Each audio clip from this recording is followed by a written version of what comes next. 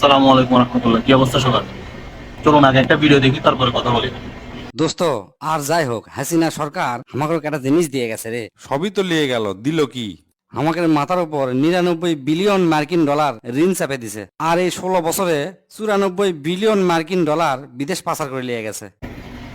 দেখেন আমাদের দেশ কোথায় রেখে গেছে এই স্বৈরশাসক। আপনার 93.3 বিলিয়ন মার্কিন ডলার আমাদের ঋণ বর্তমানে, এবং 94 বিলিয়ন মার্কিন ডলার সে পাচার করে নিয়েছে বিদেশে। যার বাংলাদেশি টাকা যদি আমরা কনভার্ট করি তাহলে আসে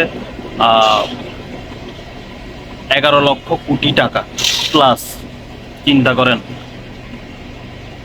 কিছু ইমোশনাল বাঙালি এখনো স্ট্যাটাস দিচ্ছে যে কাকে হারাইছে আমরা এখনো বুঝতেছি না। আল্লাহ তাকে শুকর করেন যে সে আরো 5 বছর থাকে নাই।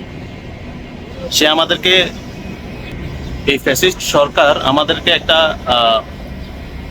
একটা লিস্ট দিয়েছিল যে এই যে মেট্রো রেল যে ক্ষয়ক্ষতি হয়েছে মেট্রো রেলের, এটা যদি কাভার করতে হয় 300 কোটি টাকা লাগবে। হ্যাঁ, কিন্তু দেখেন আজকে যে অন্তর্বর্তী সরকার এসছে, ওনারা দেখছে সবকিছু মিলে 50 কোটিও লাগবে না, মানে 50 কোটির মধ্যে কমপ্লিট হয়ে যাবে। এবং 17 আগস্ট, 17 আগস্টের মধ্যে এটা চালু করা সম্ভব। চিন্তা করেন কি বিজনেসটা করছে বাংলাদেশকে নিয়ে এরা। মানে হচ্ছে আপনার কাছে যদি আপনি যদি 100 টাকা দিয়ে,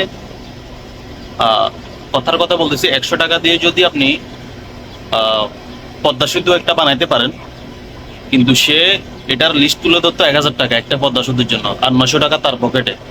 চিন্তা করেন বিজনেস কাকে বলে। বাংলাদেশকে একদম জালিপুরে খেয়ে খেয়ে তারপরে কি ধ্বংস হয়ে গেছে। সবাই আলহামদুলিল্লাহ বলেন, এই সৌর শাসক থেকে আমরা মুক্তি পাইছি। আল্লাহ হাফেজ।